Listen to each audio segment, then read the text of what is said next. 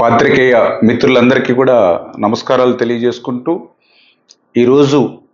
Budget ఎంతో ఆశాజనకంగా ఏదైతే గతంలో మనందరం కూడా చూసాం, ఒక హిరోషిమా నాగసాకి మీద అణు విస్ఫోటనం జరిగినటువంటి స్థితిలో కూడా దాని నుంచి ఎట్లా మళ్ళీ తిరిగి నిలదొక్కుని ఆ హిరోషిమా నాగసాకి అభివృద్ధి చెందాయో, అదేవిధంగా గత 5 సంవత్సరాల జగన్ పాలన విధ్వంసం నుండి మళ్ళీ ఈరోజు చంద్రబాబు నాయుడు గారి యొక్క సారథ్యంలో ఈ రాష్ట్రం మళ్ళీ నిలదొక్కుని అభివృద్ధి పదంలో ముందుకెళ్తుందనేటువంటి విశ్వాసం ఈ రోజు ఉన్నటువంటి బడ్జెట్ ద్వారా మనందరికి కూడా మరి ఉంటుందనే విషయాన్ని సందర్భంగా తెలియజేసుకుంటూ ఉన్నా. అందులో పర్టికులర్గా ఇరిగేషన్ శాఖకు ఆ రోజు అన్న ఎన్టీఆర్ గారి దగ్గర నుండి ఈ రోజు చంద్రబాబు నాయుడు గారి వరకు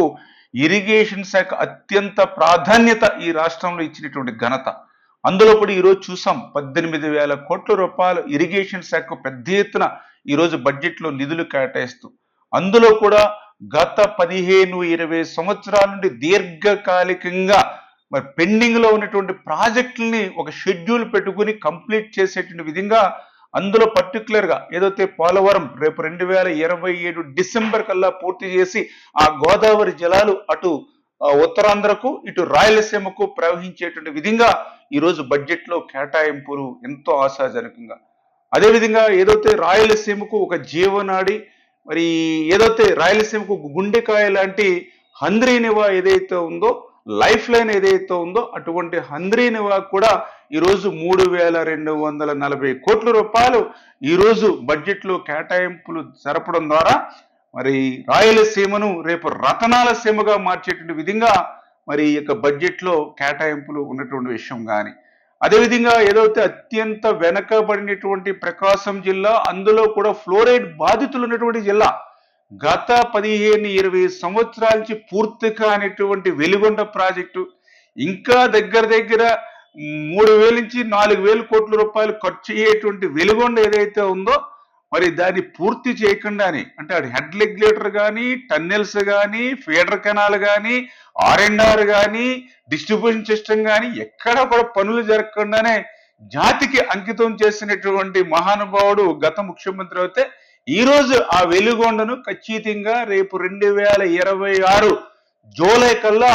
మరి వాటర్ మరి ప్రవహించేటువంటి విధంగా ఈరోజు బడ్జెట్లో కేటాయింపులు చేసినటువంటి విషయంలో కానీ, అదేవిధంగా ఏదైతే చింతలపూడి ఎత్తిపోతల పథకం ఒక చిరకాల కోరికగా ఏదైతే ఉండిపోయిందో దాన్ని కూడా నెరవేర్చేటువంటి విధంగా ఈరోజు బడ్జెట్లో దానికి ప్రాధాన్యత ఇచ్చినటువంటి విషయంలో కానీ, అదేవిధంగా ఏదైతే ఉత్తరాంధ్ర సుజల స్రవంతి, అదేవిధంగా వంశధార 2ను కూడా మనం ఇమ్మీడియట్లీ టేకప్ చేసి పూర్తి చేసేటువంటి విధంగా కానీ, అంటే ఈ రకంగా దీర్ఘకాలికంగా ఉన్నటువంటి ప్రాజెక్టులకు కూడా ఈరోజు ఇరిగేషన్ శాఖకు మోక్షం వచ్చేటువంటి విధంగా ఈరోజు బడ్జెట్ మరి కేటాయింపులు ఉన్నటువంటి పరిస్థితి.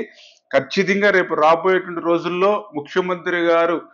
ఏదైతే ఇరిగేషన్ శాఖ ఇస్తున్నటువంటి ప్రాధాన్యతను దృష్టిలో పెట్టుకుని మంత్రిగా మేము కానీ, అదేవిధంగా మా డిపార్ట్మెంట్ కానీ పూర్తిగా చంద్రబాబు నాయుడు గారి యొక్క ఆశయాలకు అనుగుణంగా పనిచేస్తూ